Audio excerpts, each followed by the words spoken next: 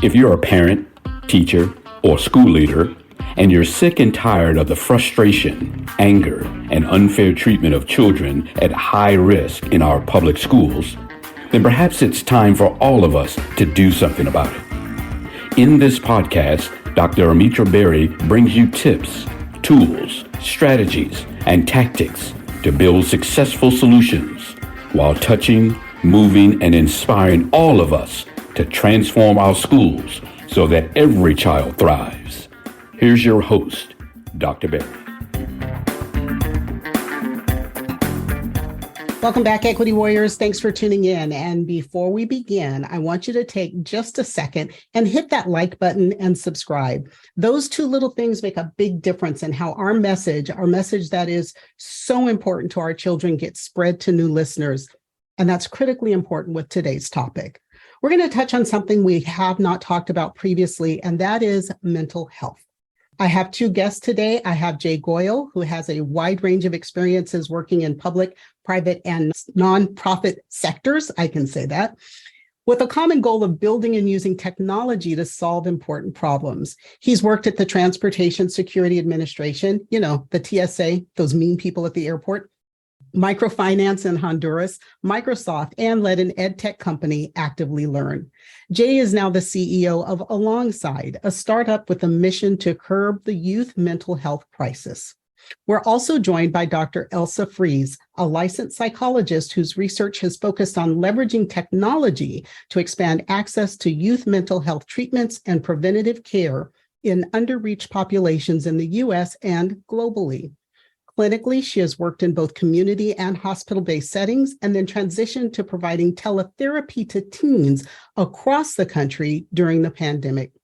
She completed her postdoctoral fellowship at Duke University and previously worked as the director of clinical research at Little Otter, a pediatric telehealth company.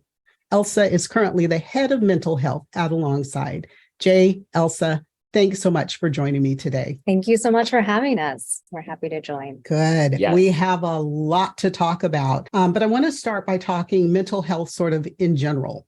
When a lot of people hear the term mental health, it conjures up some old stereotypical straitjackets, padded rooms, and lobotomies that really were the fare of like old horror movies. When we say mental health, what are we really talking about? Absolutely. So I think of mental health in a few different ways. One, I really just think of it as that sense of, am I doing okay? And when the storms and the challenges of life comes, because they will come, things will happen. Do we feel like we are empowered enough to really cope and manage with those day-to-day stressors? Thanks. That is really helpful. I know that in a lot of marginalized communities, and particularly in communities of color, and conversations that I've had with Black folks, Latino folks, and various Asian communities as well, they see mental illness as a weakness. And there are a lot of reasons for that, I know, especially in the Black community, given our history in this country. But these beliefs across marginalized cultures are entrenched in their culture. Now, personally, I have someone who is near and dear to my heart, highly intelligent, in their early 20s, was diagnosed with bipolar disorder, and family members simply said, we're just going to pray that devil away. That doesn't work. So how do we get people to understand that mental health is a health issue, just like high blood pressure and diabetes? Absolutely. So this is something I love talking with kids and parents about. And so if we're thinking of our brain is an organ in our body, just like our heart, just like our lungs. And so our brain has a really, really important purpose. Just like our heart beats and we are, pumping our blood, keeping us alive, our brain is really wired to help us figure out, how do I stay safe? How do I react when hardship comes? And so it's really about, how do we understand when our brain is not actually being helpful for us and doing its job and protecting us? And when is our brain doing an amazing job? Because there's also many times when we can see also through this lens of what we might label from a very white upper middle class perspective as what is poor mental health is actually incredibly, incredibly adaptive for specific individuals with different lived experiences or within specific communities. And I think one kind of easy example of that is this idea of a concept called dissociation. And so dissociation is simply when our brain kind of shuts off and we almost feel like we're removed from the situation. And so if you are experiencing something like childhood trauma or abuse, that is actually an incredibly adaptive mechanism that your brain is there. Your body is working to help protect you and provide safety. And yet sometimes, occasionally, those helpful and adaptive responses don't serve us well long-term, right? And so if that starts happening and I'm a student sitting in school and I'm having difficulty paying attention, that might put a kid at risk for having falling behind academically. And so really it's about embracing how our body's protecting and embracing when and recognizing when it's not as helpful. Wow, that is hugely helpful to me. And as you were talking, I started thinking about the children that I served as a classroom teacher and how many of them had a variety of trauma that they dealt with. And we certainly didn't have any resources in our school to assist them with that. But that is the one place where we should be able to reach almost every single child. We also should have some knowledge about recognizing mental health concerns. I know I got nothing in teacher school about recognizing mental health concerns in our students. So I want to talk about our kids because really everything on my show is really about the children. And we're going to zero in on adolescents because you shared with me that we have a teen mental health crisis. So can you explain to our listeners what that is? And especially for our teachers and other educators, how is that showing up in school? Absolutely. So, one benefit of the pandemic is it's actually started to put a spotlight on teen mental health. So the Surgeon General came out with an announcement around the teen mental health crisis. It's a great report. I recommend everyone looking at that as well. But really, this is something that has been going on for a while. So in the 10 years leading up to the pandemic, we're seeing increases in anxiety, persistent feelings of hopelessness and sadness. We're seeing increased suicidal ideation. And, just to sit with that for a second, suicide is the second leading cause of death for children age 15 to 19 years old. So it's after motor vehicle and accidental death. That is a true threat to the lives of children. And, I think we can talk about stats and we kind of can stay up here, but really picturing what that means as a kid and how that's showing up in schools, talking with a lot of our school partners and working in this field myself, it's a few trends we're seeing is it seems to be showing up earlier. And there's a few different reasons, but it's surprising that I'm now having conversations around suicidal ideation with kids as young as 6 to 8 years old.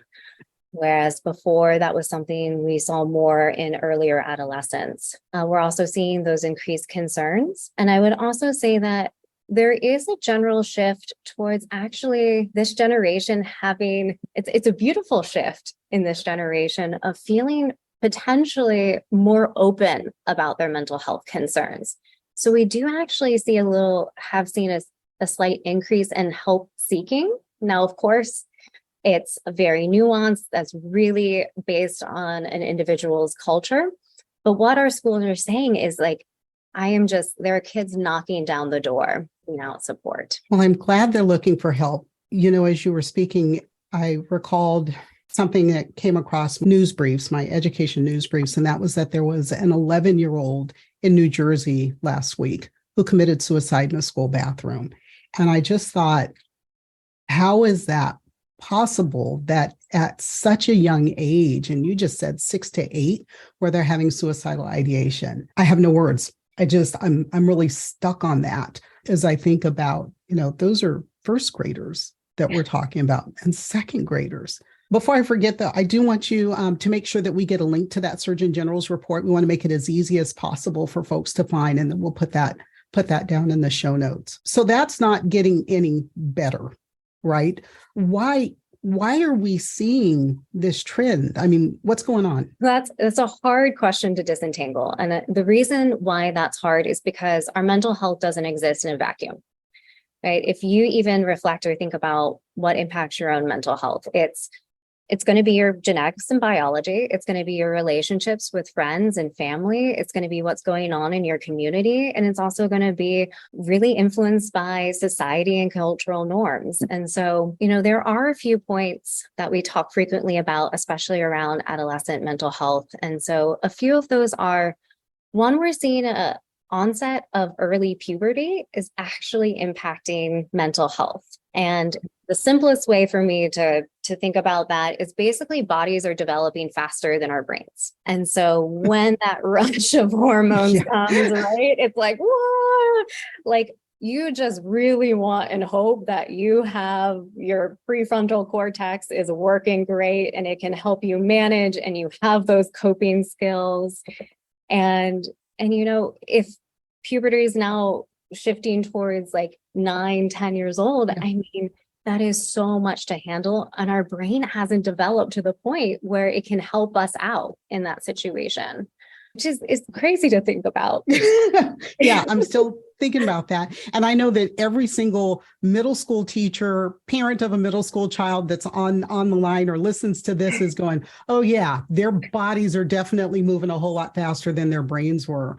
I know I don't know if this is your area or not, but it reminds me of when I first read an article about brain pruning in adolescence. And I said, well, that explains why they lose their minds, normal behavior, normal development, they lose their minds. And it doesn't come back until sometime around 18, maybe. Exactly. But you also said that genetics plays a role. So are there certain mental illnesses or some people disproportionately impacted because of genetics? Absolutely. So we do see mental illness can be hereditary. So risk is passed down through families. And so that's something really important to think about. And it's also, I could go on and on about this, but it also makes it really complicated within a family, because if you think of the family unit and the culture around mental health, and then for families who have individuals who are really suffering, those conversations, those dynamics, the help seeking that your mom or your dad did when they were growing up, that's going to just really play a huge role culturally in how you view mental health, how you may seek out mental health. And as you mentioned before, especially for individuals who've had poor experiences in the mental health system, and there are many out there, right? And that is in many parts due to the systematic discrimination and that we see across the mental health care system, where it's going to impact your ability to access care. Yeah. When we don't talk about it, shove it under the rug, pretend that aunt who's just a little eccentric and not mentally ill, it doesn't help our children understand that there is something that is a health issue that they can get help with. And there may be some of an embarrassment factor there. Yeah. Absolutely. So how do especially teens, adolescents, how do they get help? Where do they go? So I think teens, like all of us, they're looking for a safe and trusted space. And so that's going to look different for individuals. But I would say on general and trend, like looking broadly as trends, teens are going to friends and they're also going to social media. And so we've seen a huge influx of mental health content on platforms like TikTok, Instagram, which is a little bit of a double-edged sword. I think there's been this amazing, I remember watching, there was a big trend around like pointing out symptoms of mental illness. And so I think it normalized for so many individuals, like, oh my gosh, this is not just a me thing. Conversely, on the other side, that information isn't always accurate. It isn't correct. And a lot of times we need to have more nuanced conversations with kids around mental health and what that means. And so I remember having one patient who came in and saw me and she was like, I think I have schizophrenia. I saw it on TikTok. And the core anxiety and concern and how do I tell my parents and what do we do was so incredibly real. And so there's pros and cons to it for sure. Yeah. There was a show where a young child had looked on social media to find out how to commit suicide. So there are things out there that are incredibly dangerous to our children. And we need to make sure that the resources they use are correct and helpful. So I go back into schools, but I think about how so many of our schools don't have proper support services. Counselors are overloaded. There aren't any social workers at the school. When I think about in all the years that I've worked in school systems and across the US, and I think I'm up to 46 states now, pretty much everywhere, I have yet to see a school system that offers comprehensive mental health supports for students, or really any health supports for students. Even though, as I think about that, I know that my work has always been focused in schools that have large numbers of marginalized learners. So Elsa, I know your bio stated that you have had a focus on underreached populations, and I think we're talking about the same groups of people. So talk to us about the mental health landscape in our public schools. Are kids able to get help? Can they get that support in school? You've also kind of alluded to this fact that just globally, we are in a provider shortage. It is incredibly hard to find outpatient support and care. It is incredibly hard to find a provider who also takes your insurance. And so studying that as a landscape, we are actually seeing this is kind of a staggering statistic, but 90% of kids who receive treatment receive it in a school-based setting. Wow. Mm-hmm. And that also includes prevention work as well. But systematically, it has been really pushed onto schools, whether they are prepared or not. With that lack of preparedness, I would imagine, like everything else, that those services are not provided equitably. So are you seeing discrepancies in who gets services, who's providing services, and then what type of services are they getting, or the quality of services provided to children? Absolutely. So now there are some really interesting initiatives around establishing school-based mental health centers and some federal funding for those supports. And I would say those have been kind of like the gold standard of actually properly staffing, supporting, and being able to provide access to both evidence-based care. But I think when I think about equitable access to care, I don't just think about the evidence-based care. Is this like culturally responsive, trauma-informed care where we have therapists who have worked on reducing their own internal biases, where we have providers who are equipped with the education and tools to really feel empowered to provide support in a way that is destigmatizing and inclusive for a wide variety of kids. And I would say, it is an impossible situation in the majority of schools because counselors are overworked, they're burnt out, and they are not given the proper supports around providing the care that children are actually seeking. No, go ahead, Jake, please. I was going to say that, schools are in a tough spot. Like they're not really designed to be places of mental health support, but yet they know that students are struggling too much academically and suffering emotionally and with their health. So they have to provide more. So they're in this tough spot. The counselor to student ratio on average is something like 440 students to one counselor. That counselor is, like you said, not necessarily a social worker, right? They are providing like academic, what classes should you take, potentially helping with college applications, and then also trying to counsel students when they're struggling with mental health issues. So it is a tough place for them to be. I think to Elsa's point earlier, post-COVID, certainly schools and districts and superintendents are taking that role seriously, understand they need to do more, understand if they don't do more, the problems with equity, as you mentioned, are just going to get worse, especially given kids who are suffering even more during the pandemic. So, when we talk to schools and districts, we see a lot of efforts there, but we know, and I think they know, that there's still a large gap. It made me think about a system I was working with, I think it was last summer, and they were sharing that they had a family of children where they lost both parents and grandparents to the pandemic. So these kids, the amount of trauma that they went through over that really about a year's time, they said that all this happened. And that is a system that has no support services available. They don't have a social worker in the district.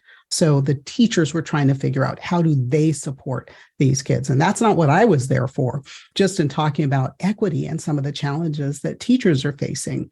But you said something that I want to make sure, you said two things I want to make sure that we get a little bit more information on. Elsa, you said first, there's money available. There's some federal funding that districts can tap into. Yeah, there is. And Jay can also speak to this as well. With the pandemic, we also saw a fair amount of funding around COVID relief efforts, and some of that money can be used to support mental health and student wellness. Jay, do you want to chime in on this one? Yeah, and recently there were more federal dollars going towards mental health supports for communities and schools that have been allocated. So there are some dollars. It is helpful to be having more in-person care. Is it going to meet the need? No. Your ratio goes from maybe 440 to 420 or 410 or whatnot, but that's still more kids getting support that may otherwise not have happened. And so definitely in the right direction, but still pretty far short of the need.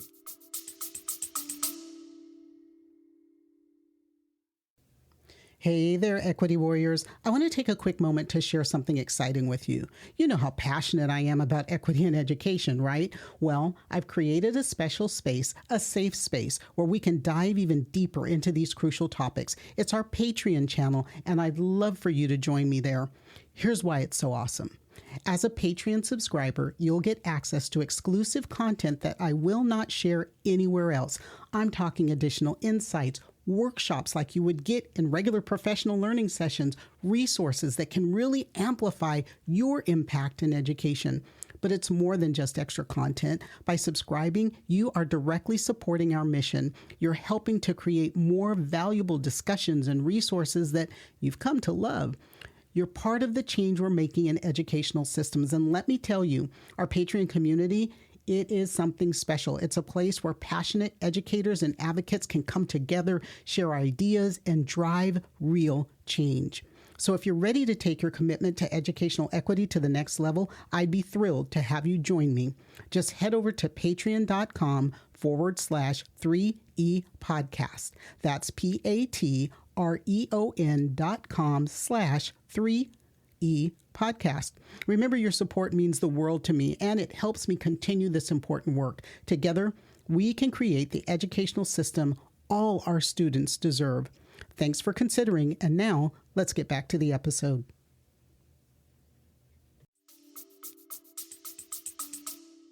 Yeah, I think about being, when I first started teaching, I was in high school. I only had to remember 150 kids' names. I can't imagine being a counselor and having to remember 400 plus, or to be able to respond in any effective way to the challenges that many children are facing. Yeah, and typically what they end up seeing is about 10 to 20% of their caseload is who they end up getting to know and seeing. So, you develop relationships with about 50 to 60, but then that other 350 plus don't really build a relationship with, they're not as comfortable with. And so it's hard to really know what's happening with them and how to help them. Awesome. Yeah. And those are the ones that are beating down your door, right? They're not the ones that are withdrawn or maybe having some challenges and don't know where to go. Exactly. One other thing I picked up on, and I probably don't have it right, but you said something about culturally responsive care. Mm-hmm. Tell me what that is. Absolutely. So when I think about culturally responsive care, there's a few different elements. One, we know that a core part of providing any sort of care or service is establishing a trusting relationship.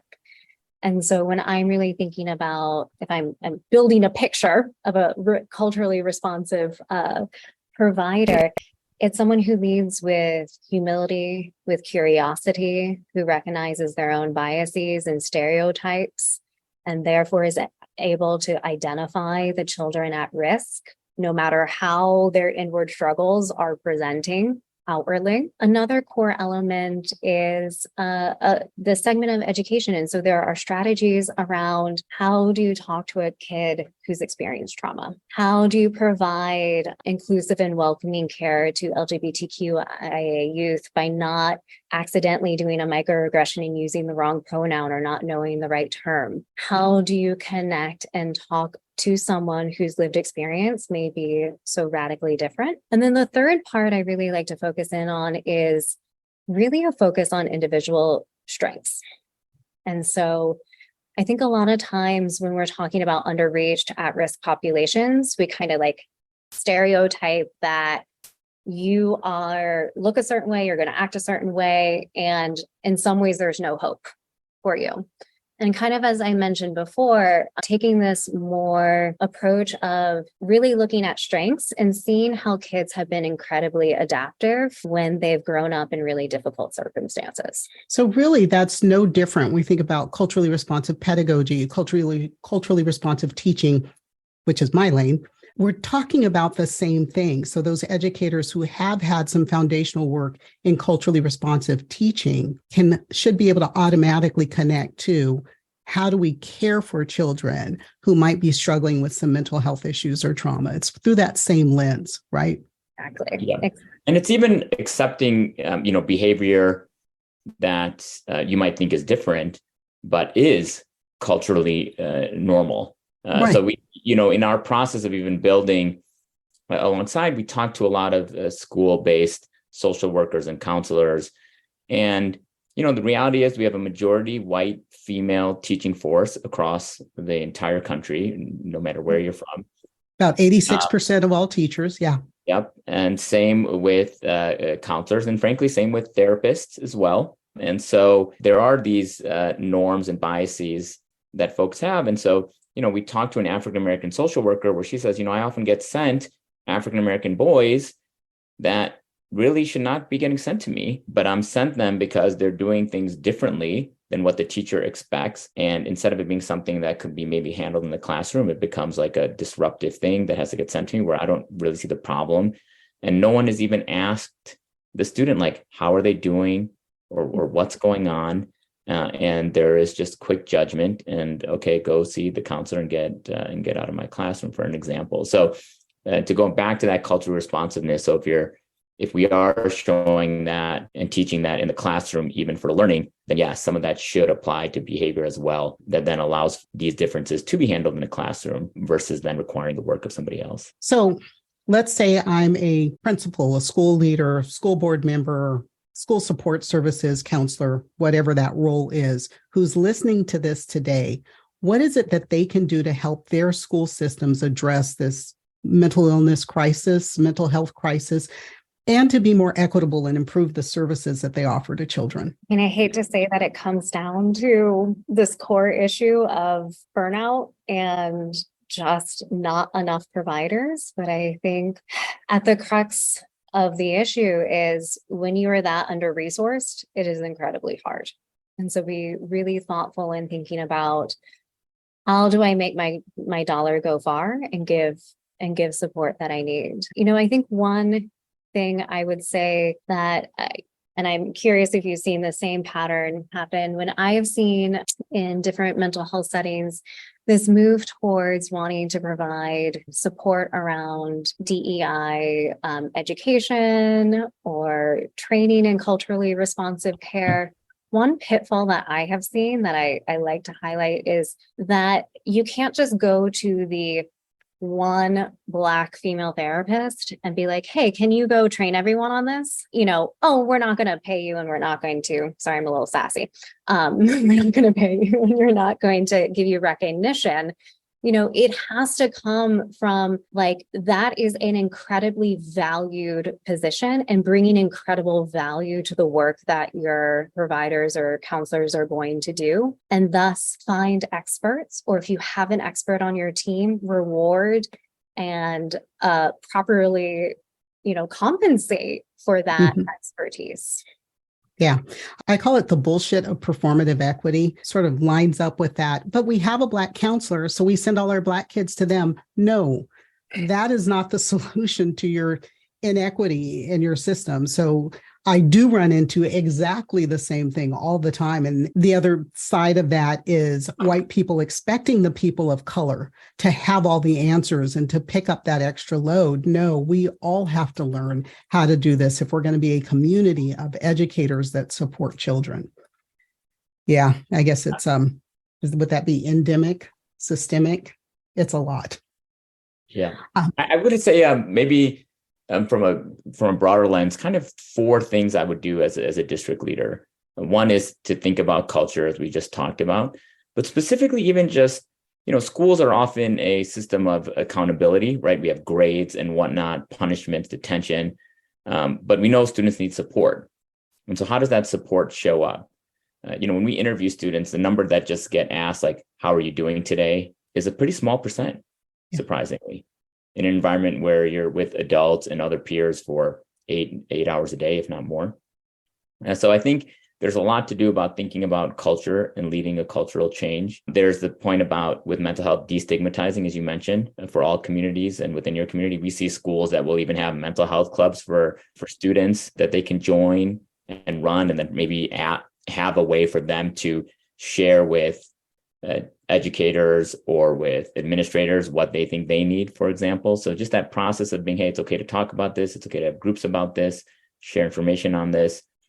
Then, as Elsa mentioned, getting people and training them, to the extent that there are more counselors, or we can find ways to get budget for that, or even hire social workers and that are culturally responsive and trained in that. And then lastly, we think a lot about prevention. That's partially where we're coming at it from is, okay, we have a broad base of students. Can we do things that help with prevention so that less students reach these feelings of hopelessness or even worse? Yeah. An ounce of prevention worth a pound of cure, right? Yes, exactly. Yeah. Or cheaper to maintain than to fix it when it's broken. I'm thinking about, my face right now. But I'm sure people are wondering, Jay, how or why does a tech guy create a mental health startup? So please tell us the alongside story. Yeah. So we started the company about a year ago. And prior to that, we had been working with schools, my co-founders and myself, for the past 10 years, actually building a technology curriculum solution for grades 6 through 12 primarily. And in that process, our main goal was really to set high expectations for everyone. So we knew that whenever kids have high expectations from teachers and in their work, they perform better. It didn't matter what zip code you're from. And so that was really the purpose of our product then. And as that product, it grew and evolved, and we started talking to schools and districts about, hey, where else could we help? And this problem of mental health kept coming up. And as Elsa mentioned, it was back at the beginning of last calendar year where the Surgeon General warning came out, American Association of Pediatrics as well. And so as we were researching this, we ended up talking to a lot of schools, a lot of counselors and social workers at schools, as well as we ended up interviewing 70, 80 adolescents and teens about what their struggles are, what could be helpful for them. And essentially, these consistent themes emerged where we knew kids needed help. They didn't really have a safe space to go. And schools were struggling and were a provider of services that needed more support. So given our background working with schools and also working with teens, we thought, okay, maybe technology can be helpful here, and we can build something that is a broad-based solution so we can provide something at very, very low cost, make it accessible, make it equitable. That's what we were about at our last company, and we thought, okay, we can do it again, but for mental health. Kudos to you for recognizing that there was an unmet need and then doing something about it. I mean, really doing something about it. So how does Alongside help schools support students? Yeah, so what we try to do is focus on what we call, what schools will call tier one. So the idea of tier one is, hey, this is something that can be provided to all students, whereas tier two becomes more specialized support for a few. And then tier three is, when students are really struggling, and usually that doesn't happen in the building, and that's going to be supported by other third parties. And so our idea was to have an app that really helps students feel validated, build resilience, and help them develop better relationships, and also really address the issues that they're struggling with. So when we talk to teens, there's things like social emotional learning or other ways of getting help, but those don't address what students are struggling with in the moment. And so what we wanted to do was help students with what they're dealing with in the moment. So what the app does is it has a chatbot that students can use, where they help get validation, as well as get strategies to help them with whatever issue they're dealing with. Could be a friendship issue, could be a relationship, could be school and schoolwork. And we use practices developed by Elsa and her team to make sure that those are grounded in what you would do almost if you were talking to a therapist. It's not at that level, but close. And beyond that, we allow students to do a lot of different activities like calming activities, breathing, journaling, learning. So they have access to a bunch of other tools that can help them in the moment. Okay. You're going to have to help us out here. You said chatbot. And I think I told you, we have listeners who are parents, educators, politicians, K-12 content providers, the whole gamut in the K-12 space. I kind of get the chatbot thing, but for those listeners who might not, who might be skeptical, who distrust technology, please explain it to us so somebody like my mom who can't reset the password on her laptop would understand. So what's a chatbot? Yes. I think the best way to start is thinking about probably your experience with like a customer service chatbot where you might have clicked on, I'm on some website, I click on the support button and then I start typing and I get a response back. Mostly those are very disappointing experiences where you're not feeling heard. You're saying, how can I reset my password? You don't get an answer. And before you know it, 15 minutes later, you have to call someone anyway. But, that idea of, okay, I chat and then there is some type of computer responding to me. That is ultimately what a chatbot is. Okay. Now, that technology has improved dramatically. And not every website is implementing the latest and greatest. But what you can do is actually understand what a user is saying much better than you used to be able to. And then for us specifically, we can take them down a certain path based on what they're talking about. So it gets to be interactive. Nowadays, especially with our chatbot, we can make the user actually feel heard instead of you're just typing away and you just keep getting these canned responses that don't make you feel heard. And then again, we can present strategies that help them. So it is a back and forth text message that, in an ideal world, almost feels like you're chatting with a human being, but it is a bot. Okay. Yeah. And our kids know how to chat. Yes, they definitely know. And when we interviewed them, a lot of kids feel safe in that, in the same way that we as, adults feel uncomfortable with that, or who's listening on their side or who is on their side. For kids, there's a lot of safety in not having to tell someone right away and being able to still express themselves. Yeah. We always had that best friend or dog or cat or something that we could tell all our secrets to. But I think our kids have moved into our kids, for me, it's my grandkids or grandchild's generation that is there, and technology is more their friend. Elsa, you were going to say something. Oh, I was going to say, I think an interesting point here is kind of as Jay was alluding to, kids feel way more comfortable, like just texting back and forth with a bot than probably most adults do. And another interesting point is we also see increased utilization and comfort of reaching out for support in communities who have high stigma around mental health. And so globally, we actually see more usage of chatbots for mental health than we do in higher income countries where there's less stigma. So I love technology. I firmly believe in technology as long as it works. But I do worry about the amount of time kids spend on their devices. I said I have a 15-year-old grandson. I swear he goes through physical withdrawals if he's separated from his tech for more than 15 minutes. Of course, I tell my daughter to keep him in line, just take all of the power cords to all his devices if you want to punish him. That'll keep him straight. So I wonder, is technology the solution for our kids because they are on devices so much? Yeah, it's a great question, and one I think we started with as well. Is the solution obviously similar to you? Can we have a general sense that technology can be helpful, but in this instance, will it? And one of the things that surprised us during our interview process before we formed the company was how many clinical providers and others actually were supportive of technology coming in and helping. Whereas I thought most people would be like, hey, you don't have a clinical background, how are you going to help?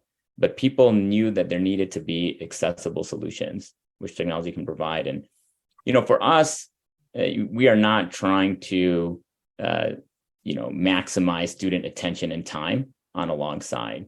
We're just trying to provide them with tools and skills to help in the moment. So about 45% of our chats actually have to deal with relationship issues, whether that's friendships, family, other loved ones, peers, loneliness issues. So Elsa can maybe get more into this, but a lot of our strategies are actually focused on having students develop better relationships. So we view ourselves as the alternative to social media to actually get help and to spend time in real life and encouraging students and giving them strategy on how to do that. That's where we see it versus like, okay, now I'm going to spend 2 hours on alongside. And frankly, we don't see that from our usage patterns. Like students don't spend that much time. They get the help they need, or they do an activity and then they move on. Awesome. Awesome. Elsa, do you want to add to that? Yeah, I'll just add that, clinically, our perspective is our goal is to basically take 2 to 3 minutes to help a kid identify one small thing they can either do to cope or work on the problem or challenge or situation that they are dealing with. And that's going to increase empowerment. That's going to boost your mood. That's going to increase levels of hope, which we know is an early predictor of positive mental health long term.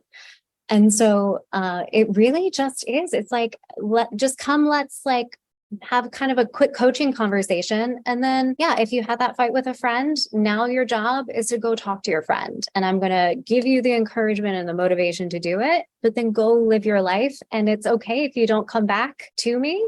Like use that same technique you learned again the next time you're in a fight as well with your friend.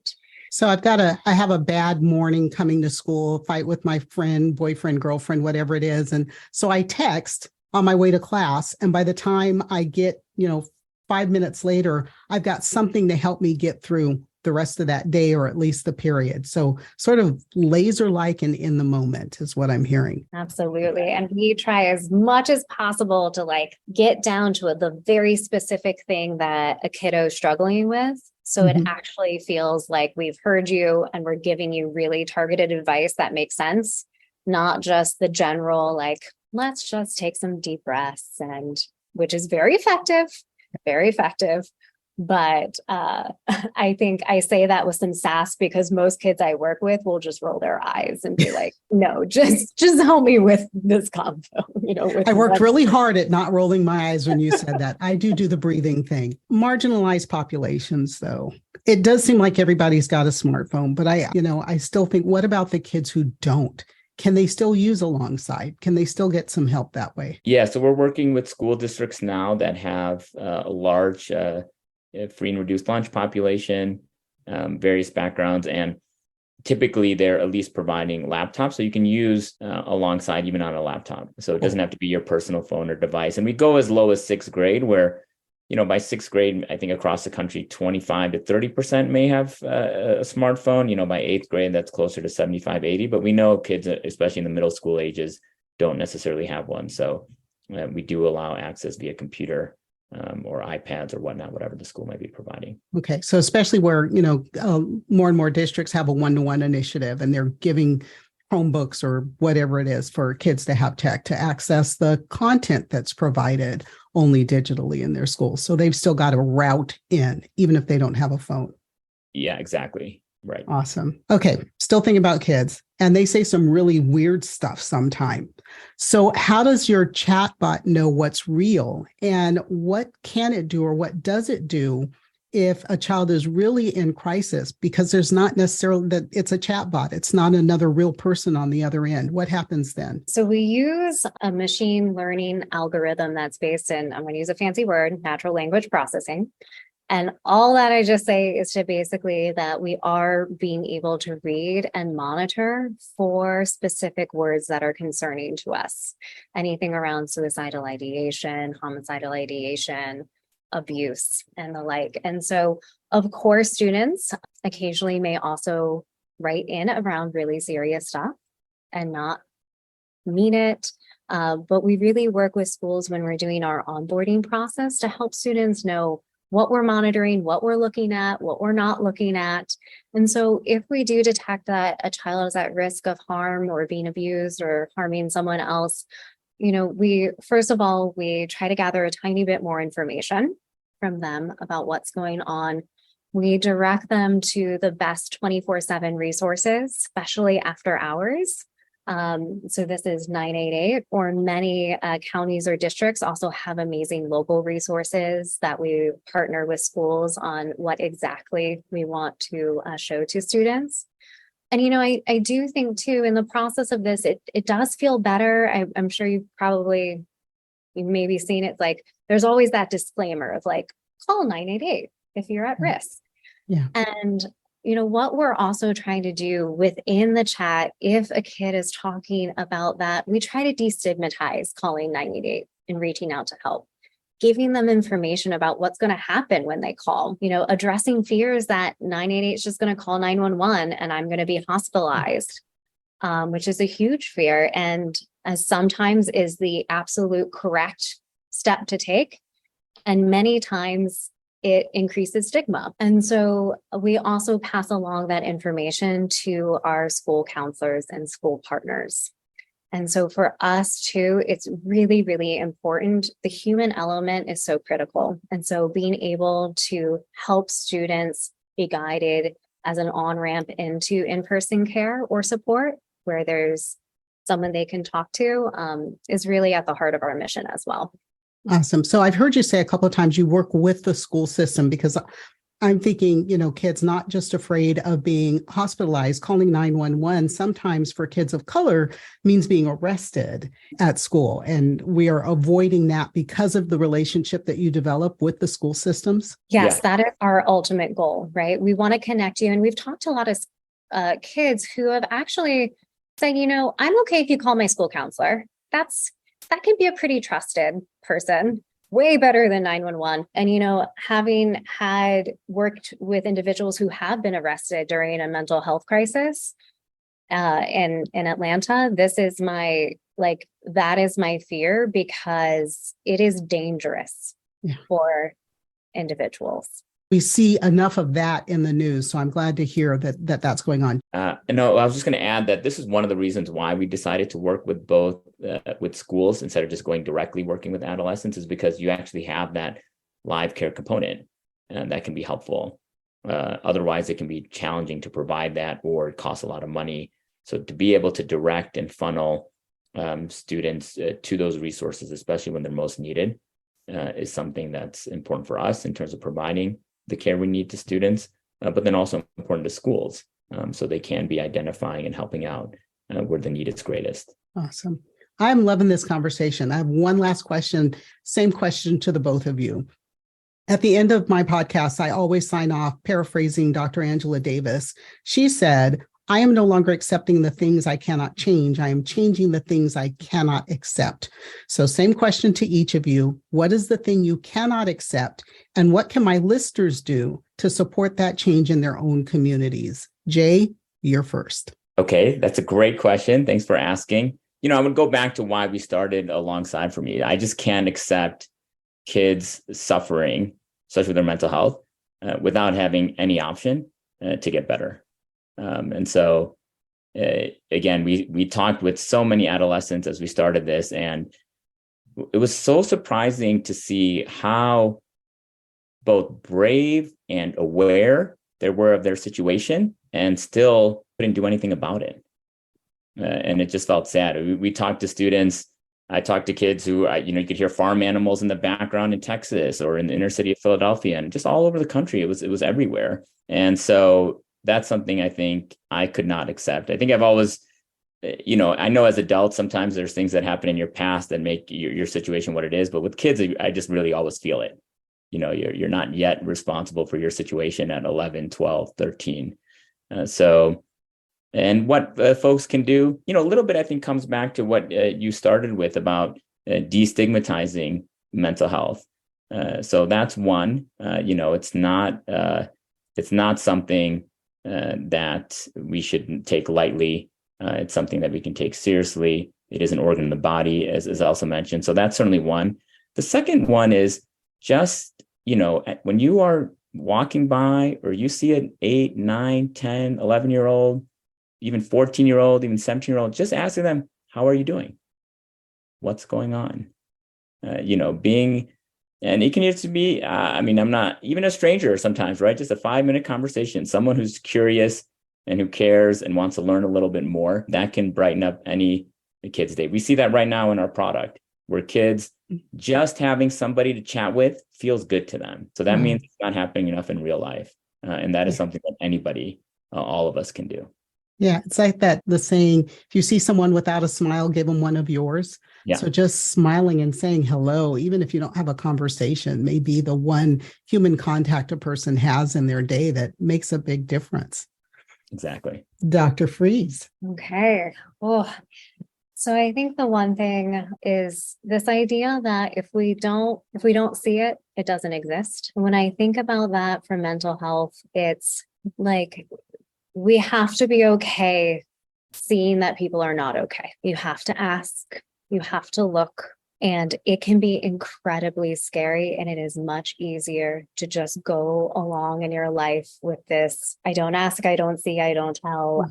We can deal with the status quo. And so, I especially feel this very, very deeply around the concept and a myth that's out there around if you ask about suicide, it's going to increase the risk of someone thinking about suicide or attempting suicide. And that's just a blatantly false myth. So to play a little bit off of Jay, I think my call to action is just ask family member, loved one, the kid you're seeing looking down, or the kid who is acting out, and joking around all the time. You never know what's going on, and it can be scary to find what you see, but once you start to do it, you'll actually notice, even if you're not a mental health professional, as a human, we have incredible power to support each other. Awesome. Well, for those of you who are interested in learning more about Alongside, today we're going to do more than just give you a link in the show notes. If you're interested in how Alongside can help students in your school, your district, click the link that is in the show notes, mention podcast for a special offer for Jay. Thank you for joining me in a special episode featuring everyday equity warriors doing amazing things. Now, make sure you're subscribed to my YouTube channel. And before you leave, hit that like button, subscribe, share. Now, if you're listening on an audio podcast, you can check the show notes for the link to YouTube. Turn on notifications so you always know when the next episode has posted. And of course, spread the word. My guests today have been Jay Goyal and Dr. Elsa Friis with Alongside. Jay, Dr. Friis, thank you for joining me and sharing your mission and your wisdom. I have learned a lot, and I'm sure everyone who listened today has a new view, hopefully an enlightened view and a better understanding about mental health and how technology can support the mental health of our children.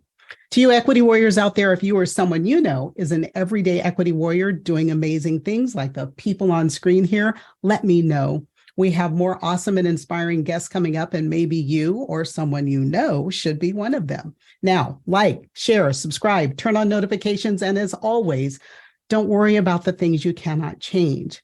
Let's change the things you can no longer accept. And I'll see you next time. That's it for today's episode of the 3E Podcast. Head over to iTunes and subscribe to the show. One lucky listener every single week that posts a review on iTunes will win a chance in a grand prize drawing to win a $25,000 value private VIP day with Dr. Berry herself. Be sure to head over to 3epodcast.com and pick up a free copy of Dr. Berry's gift. Then join us on the next episode.